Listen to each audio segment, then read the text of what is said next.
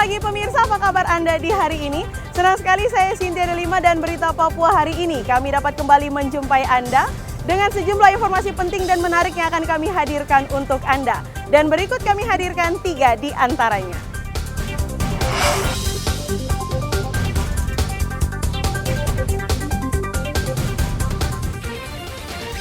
Belasan mobil dinas yang terparkir di kantor DPRD Papua terbakar.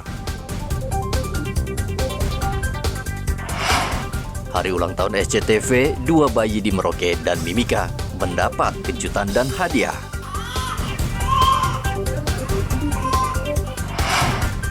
Lestarikan hutan, Pemkab Yapen tanam ribuan bibit pohon.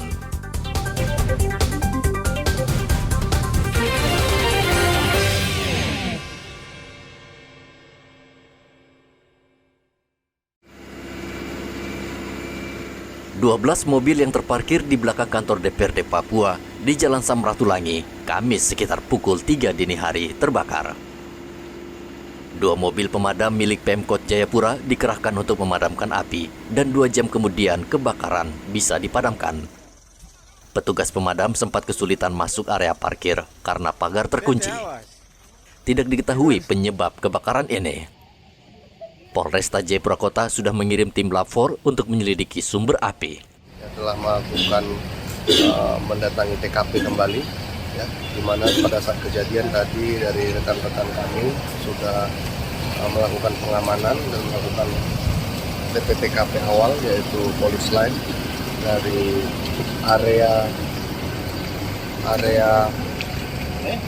TKP terbakarnya 12 unit kendaraan roda 4 di kantor DPRD Papua. Kemudian pada pagi hari ini dari Satuan Reserse Kriminal Polresta bersama tim Inafis dan Bit-A-4 Polda Papua direncanakan akan melakukan olah TKP di lokasi kejadian. Kemudian kami juga menunggu dari pihak DPRD untuk membuat laporan resmi di Polresta guna tindak lanjut penyelidikan. Masih dalam penyelidikan awal, kami belum bisa memastikan penyebab asal mula api. Nanti akan kita lakukan olah TKP bersama Bit-A-4 Polda. Kepolisian saat ini masih menunggu DPRD Papua untuk membuat laporan resmi ke Polresta untuk menindaklanjuti penyelidikan penyebab kebakaran. Ke-12 mobil tersebut merupakan mobil dinas DPRD yang ditarik atas perintah KPK karena banyak ASN di Sekretariat Dewan yang menggunakan lebih dari 1 mobil. Arthur melaporkan dari Kota Jayapura, Papua.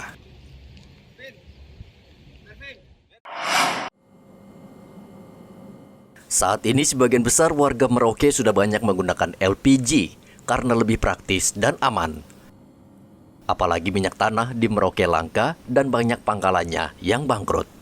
Pemakaian LPG di Merauke juga terus meningkat, khususnya LPG 12 kg. Salah satu distributor LPG Merauke menyatakan dalam sehari bisa menjual 100 tabung gas LPG 12 kg dibanding 5 kg. Tarif untuk saat ini penjualan LPG di tempat Anda ini ada peningkatan tidak? Ada. Ada ya. Berapa peningkatannya? Maksudnya setiap hari kan biasanya yang besar itu 60. Sekarang sudah mulai 75. 75 gitu ya. Itu yang berapa kilo? 12 ya? 12 kilo. Kalau yang 6 kilo? 6 kilo banyak juga sih Pak sekarang. Gitu. Sampai dengan sekarang ini masih tetap seperti itu ya? Masih. LPG bersubsidi selama ini tidak masuk di tanah Papua. Distributor hanya menjual LPG 5,5 kg dan 12 kg. Muhammad Ridwan melaporkan dari Merauke, Papua Selatan. Saudara, malam ini SCTV kembali akan memberikan kejutan bagi bayi yang lahir pada tanggal 24 Agustus 2023. Dan malam hari ini saya sudah berada di ruangan bersalin Rumah Sakit Umum Daerah Merauke, tentunya untuk menunggu bayi yang akan lahir pada tanggal 24 Agustus pada malam hari ini. Kita berharap bahwa pada pukul 00 atau tepatnya masuk pada tanggal 24 Agustus 2023 tahun ini atau hari ini, ada sosok bayi yang akan lahir dan tentunya akan mendapatkan kejutan dari SCTV berupa biaya persalinan sebesar 5 juta rupiah dan berikut sejumlah bingkisan gemes dari SCTV yang tentunya akan diberikan bagi bayi yang lahir pada tanggal 24 Agustus 2023. Saya Muhammad Ridwan melaporkan dari Merauke, Papua Selatan. SCTV kembali memberikan kejutan kepada bayi yang lahir 24 Agustus kemarin, tepat hari ulang tahun ke-33 SCTV. Kru sudah menunggu di Rumah Sakit Umum Daerah Merauke untuk menyambut kelahiran bayi yang beruntung mendapatkan hadiah ulang tahun dari SCTV. Tepat pukul 1 dini hari, bayi perempuan dengan panjang 47 cm dan berat 2,5 kg lahir. Anak pasangan Stefanus dan Yolanda itu langsung diberi nama Citra. Ini anak yang berapa? Yang kedua. Yang kedua ya. Yang pertama umur berapa tahun? 4 tahun ya. Nah, bagaimana perasaan Anda setelah anak ini lahir? Ya, kalau saya pribadi sih senang, sangat bersyukur. Bersyukur ya. Memang kemarin berapa hari merasakan ingin melahirkan ini, Mbak Tua? Ini tiba-tiba saja. Tiba-tiba saja. Tadi kami Jam. sedang jalan-jalan sore. Uh-huh. Tiba-tiba pada saat jalan-jalan kunjungi keluarga, tiba-tiba sudah mulai rasa belakangnya sakit. Sakit ya. SCTV memberikan hadiah sebesar 5 juta rupiah kepada pasangan yang berbahagia ini. Tidak hanya itu, SCTV juga memberikan sejumlah paket perlengkapan bayi. Kalau repotnya sih seperti biasa saja. Semua ibu-ibu pasti kan punya kesulitan masing-masing. Cuman ini bagus, dia untuk proses persalinannya tidak makan waktu yang cukup lama. Ulang tahun SCTV ke-33. Terus maju jadi yang terbaik. SCTV satu untuk semua. Sementara itu di Timika, Marcelus Maturan lahir dalam kondisi sehat di RSUD Kabupaten Mimika. Bayi laki-laki ini menjadi salah satu yang beruntung karena lahir bertepatan dengan hari ulang tahun SCTV yang ke-33 tahun. Marcelus lahir tanggal 24 Agustus pukul 5 dini hari dari pasangan suami istri Emmanuel Maturan dan Marcelina Reyaan. SCTV juga memberikan bingkisan kepada Marcelus berupa uang tunai sebesar 5 juta rupiah sebagai kado ulang tahun SCTV. Senang sekali karena keluar jadi perut rasa nyaman sekali. Ini anak keberapa itu? Keempat. Pertama itu cowok, kedua cewek, ketiga cewek, keempat ini cowok. Sang ayah Emmanuel lega setelah begadang semalam suntuk menunggu kelahiran putranya melalui proses persalinan yang lancar. Ya, puji Tuhan senang sekali. Lahirnya dengan selamat, semua berjalan dengan lancar. Itu. Walaupun tahan marah dari malam sampai pagi kata hasilnya bagus. Terima kasih karena dengan campur tangan semua berjalan dengan baik. Ini anak keempat, yang pertama cowok, kedua cewek, ketiga cewek, dan keempat cowok lagi. Jadi 2 pasang ini. Ya, dinamakan titenya nama Marcelus Maturan. Proses persalinannya Ibu Marcelina berjalan dengan baik, melahirkan jam 5:15. Berat badannya 34 gram, panjang badannya 49, lingkar kepala 33 cm. Ibu dan bayinya sehat. Mereka juga mengucapkan selamat ulang tahun SCTV ke-33 tahun. Semoga menjadi stasiun televisi yang terbaik dan selalu dicintai masyarakat. Selamat ulang tahun SCTV ke-33 tahun. SCTV semakin sukses. Dari Mimika dan Merauke, Igobat Momolin dan Muhammad Ridwan melaporkan.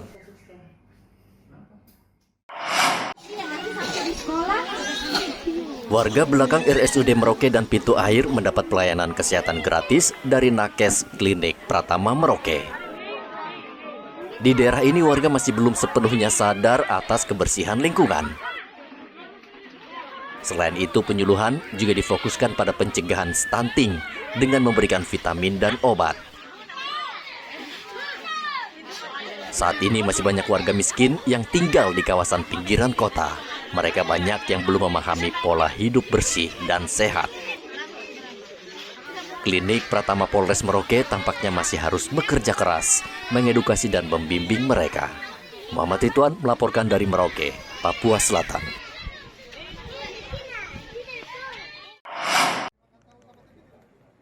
Ribuan bibit pohon ditanam di kawasan Monumen Kasih Serui Laut. Ada 4 jenis bibit pohon yang ditanam, yakni pohon trembesi, mahoni, lingua, dan matoa. Gerakan penanaman pohon ini dilakukan oleh Pemkab untuk melestarikan hutan di Yapen.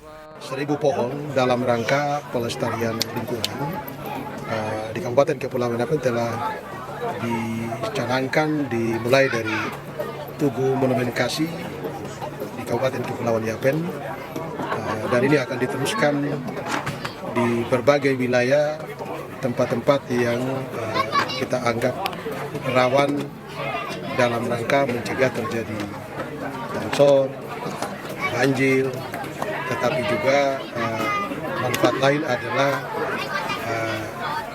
pohon-pohon ini memberikan manfaat dari aspek lingkungan kepada kehidupan manusia. Misalnya pohon ini bermanfaat karena dia akan memberi sumbangan dalam rangka menjaga keseimbangan pemanasan global.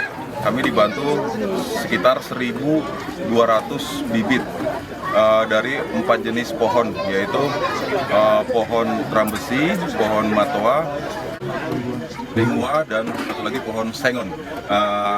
Adapun maksud pelaksananya ini adalah untuk menumbuh kembangkan dari sejak dini anak-anak kita untuk dapat mencintai lingkungannya dengan salah satu upayanya yaitu menanam pohon. Jadi untuk saat sekarang ini kita launching di Monumen Kasih Kabupaten Kepulauan Yapen. Jadi di Mokas Kabupaten Kepulauan Yapen.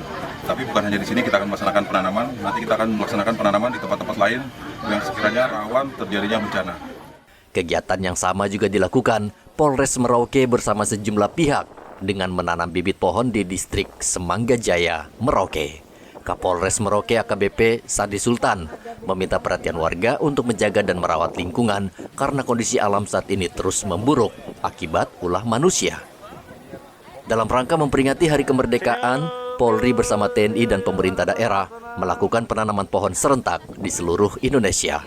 Kegiatan ini melibatkan 500 polres dan 3.000 lebih polsek. Eman dan Iwan melaporkan dari Yapen dan Merauke.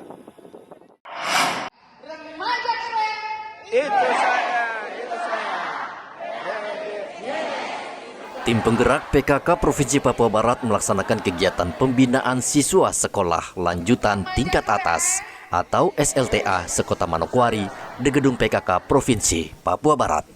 Kegiatan ini diikuti ratusan pelajar dari berbagai sekolah di Manokwari. Mereka mengikuti pembinaan bela negara, edukasi seks, narkoba, peningkatan minat baca, dan gerakan jangan boros makan. Ketua TP PKK Papua Barat, Roma Megawanti, meminta para peserta untuk tetap kompak dan tidak mudah menyebarkan informasi tanpa dicek lebih dahulu. Jadi kalian yang di kota ini luar biasa sangat beruntung. Ya, luar biasa sangat beruntung. Tadi bahagia saya nanya tadi Bapak Ibu guru, mereka dengan lugas menyatakan cita-citanya. Mau jadi A, mau jadi B, mau jadi C. Ketika kami PKK kepegang cita-cita dan mereka blank, sinar mata blank. Jadi kalian yang di kota ini bersyukur ya. Jadi kejar cita-cita, upayakan dengan keras, gitu ya. Karena terus terang aja tadi Mas nanya, mereka menjawab dengan itu, aduh saya senang sekali. Karena kalian itu adalah tadi kembali apa? Pemimpin masa depan. Kita ingin masa depan yang generasinya unggul. Bukan hanya unggul di otaknya, tapi juga menanamkan tadi bela negara, Pancasila, Bhinneka Tunggal Ika, budi pekerti yang luhur sebagai warga Indonesia. Benar ya, Indonesia diajarkan sopan santun. Peserta berharap kegiatan ini memberikan manfaat bagi dirinya dan anak-anak seusianya. Pertama, saya ingin berterima kasih atas kesempatannya telah diberikan kesempatan untuk dapat mendatangi acara ini, sosialisasi ini. Jadi harapan saya apa yang setelah disampaikan oleh Ibu Ketua Tim PKK dapat terrealisasikan oleh kami, lalu juga dapat kita praktikan dalam kehidupan sehari-hari untuk menambah kita ilmu-ilmu kita sendiri seperti itu.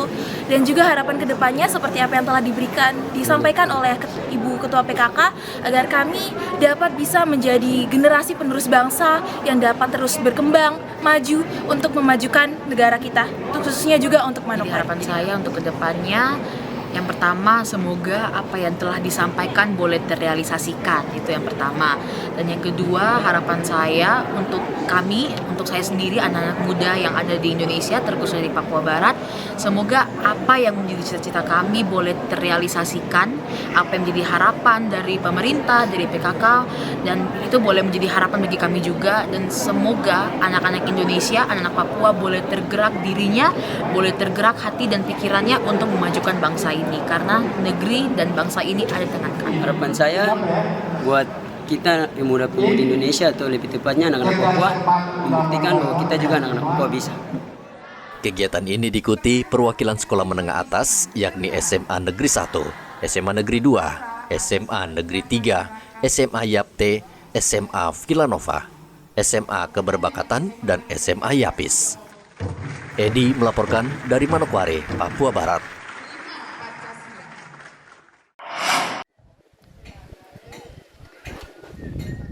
Warga Kampung Nelayan Hamadi senang karena rumah mereka direnovasi tentara. Salah satu pemilik rumah, Lukson Wanggai, senang rumahnya diperbaiki. Ia merasa terbantu karena untuk memperbaiki rumah membutuhkan uang, sementara penghasilannya tidak tetap. Kami menyambut baik program dari ini dan kami merasa luar biasa terbantu sekali lewat program-program yang dilakukan oleh Bapak Panglima TNI. Ini menyentuh langsung kepada kami warga masyarakat, dan kebetulan di lingkungan kami di sini semua warga masyarakat ini tidak punya penghasilan tetap. Mereka hanya nelayan dan berjual beli. Dan lewat bantuan yang dilakukan oleh Bapak Panglima TNI, kami mengucap syukur dan menyampaikan terima kasih yang tak terhingga kepada Bapak Panglima TNI dan juga Bapak Presiden Republik Indonesia yang terus memberikan perhatian kepada kami di tanah Papua, khususnya di kota Jayapura ini. Dan harapan saya ke depan, harapan kami warga masyarakat Papua, khususnya yang berdomisili di kota Jayapura ini, menyampaikan kepada Panglima untuk terus ke depan, Bapak Panglima untuk terus ke depan memperhatikan kami lewat program-program yang tadi sudah disampaikan, bahwa ada kegiatan-kegiatan anti rehab dan juga pembangunan rehabilitasi rumah ibadah dan air bersih dan mungkin yang lain-lain. TNI Angkatan Laut Lantamal 10 Jayapura merenovasi dan memperbaiki 10 rumah di Kampung Nelayan Hamadi, Kota Jayapura, Papua. Rumah tersebut sudah tidak layak huni dan berbahaya bagi penghuni karena beberapa bagian rumah sudah lapuk dan bisa roboh. Kegiatan ini merupakan program prioritas nasional Bakti Papua bersumber dari anggaran Mabes TNI untuk membantu pemerintah daerah mengatasi berbagai masalah fisik maupun non-fisik. Tidak hanya rumah, TNI juga akan membangun jembatan bagi warga yang tinggal di daerah pesisir.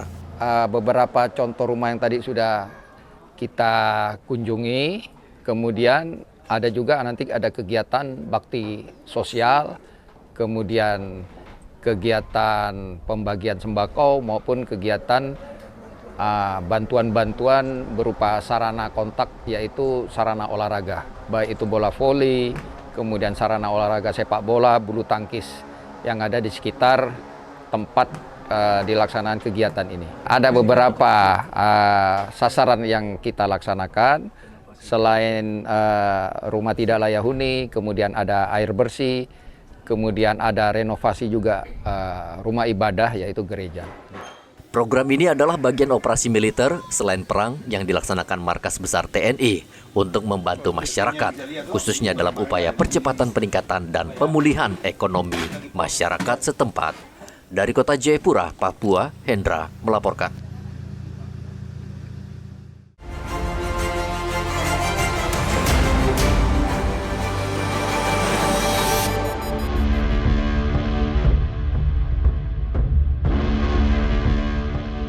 Kelompok kriminal bersenjata menyerang warga dan kali ini dilakukan saat warga tengah merayakan HUT kemerdekaan di Komplek Yosoma, Jalan Batas Batu, Kabupaten Duga. 3 orang yang tewas yakni Stephen Didiwai, Mikael Rumaropen, dan Samsul Ahmad. Selain menembak 3 warga, KKB juga membakar 1 rumah di komplek Yosoma. Ketika korban saat itu sedang mengemudikan mobil dari Batas Batu menuju ibu kota Kenyam, Kabupaten Duga. Sekelompok anggota KKB mencegat mobil dan menyerang ketiga korban.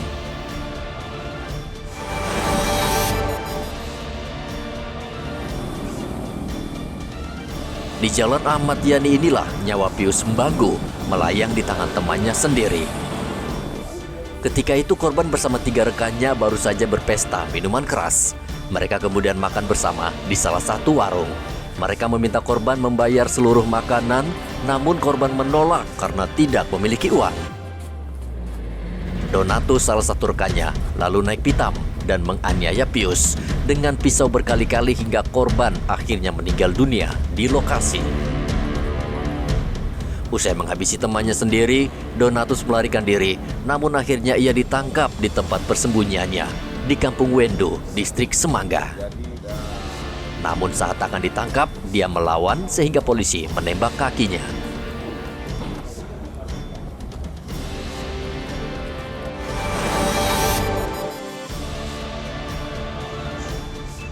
Asmara kadang membuat orang gelap mata.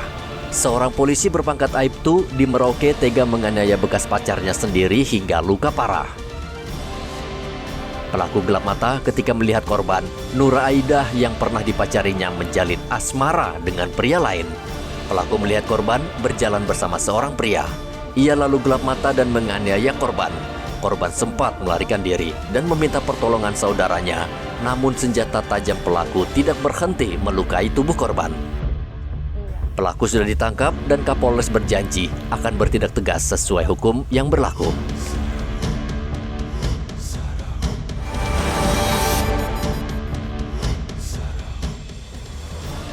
Aksi brutal terjadi di Merauke, Papua Selatan saat warga sedang merayakan HUT kemerdekaan. Sekelompok orang tidak dikenal menganiaya remaja berusia 19 tahun, Ananias Adobe, hingga luka parah. Korban saat kejadian pulang dengan mengendarai sepeda motor melintas di jalan Aliarkan. Saat itu, segerombolan anak muda berkumpul sambil memegang parang. Tidak diketahui pasti apa penyebabnya, mereka tiba-tiba menyerang dan mengayunkan parang hingga tangan kanan korban putus.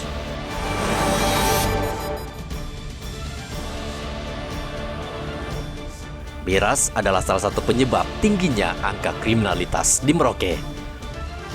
Untuk menekan peredaran miras, polisi kerap merazia sejumlah tempat penjualan miras.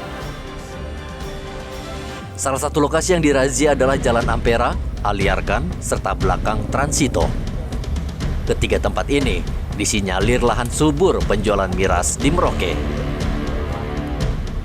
Puluhan polisi menyusuri jalan di kawasan ini untuk mencari penjual minuman keras oplosan yang merupakan minuman keras paling favorit di Merauke.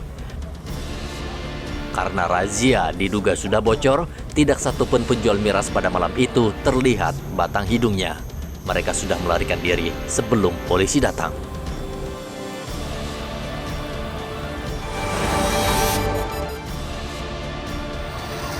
Kantor KPU Jayapura. Kantor KPU Kabupaten Jayapura yang terbakar kini tinggal puing berserakan. KPU harus membangun gedung baru karena gedung lama tidak bisa lagi digunakan. Seluruh barang milik KPU hangus terbakar termasuk berkas pemilu dari tahun 2009, 2014, 2019, dan berkas untuk pemilu 2024. Saat ini seluruh staf KPU terpaksa berkantor di KPU Provinsi Papua sambil menunggu proses perbaikan.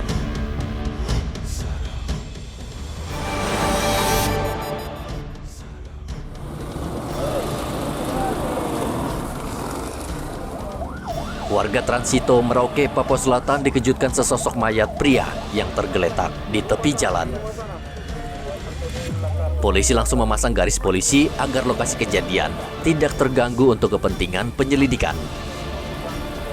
Di sekitar mayat ditemukan sebuah helm dan botol minuman keras. Tidak diketahui identitas pria ini, namun usianya diperkirakan 35 tahun.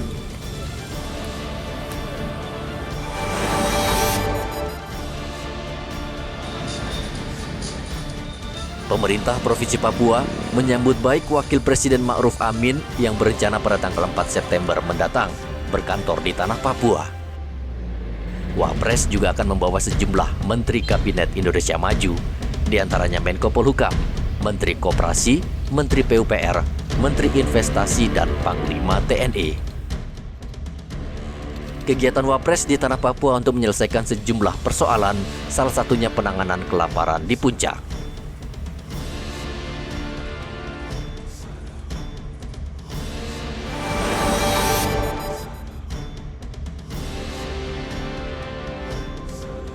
Ujian praktik mengambil surat izin mengemudi atau SIM dengan sirkuit terbukti lebih mudah dan efektif. Sejak diluncurkan 7 Agustus lalu, Polres Mimika sudah menerima 10 pemohon SIM C dan sebagian besar lulus saat ujian praktik lintasan dengan model baru yakni berbentuk huruf S. Lintasan model baru memang lebih lebar sehingga mudah bagi pemohon untuk melintasinya. Selain ujian praktik lapangan, Satlantas Polres Mimika juga tetap menerapkan ujian teori menggunakan komputer.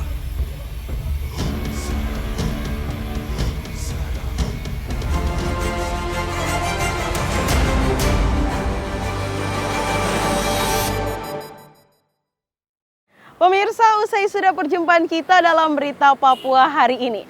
Bersama kru yang bertugas, saya Cynthia Delima ucapkan terima kasih atas perhatian Anda. Selamat pagi, semangat pagi, Wanyambe.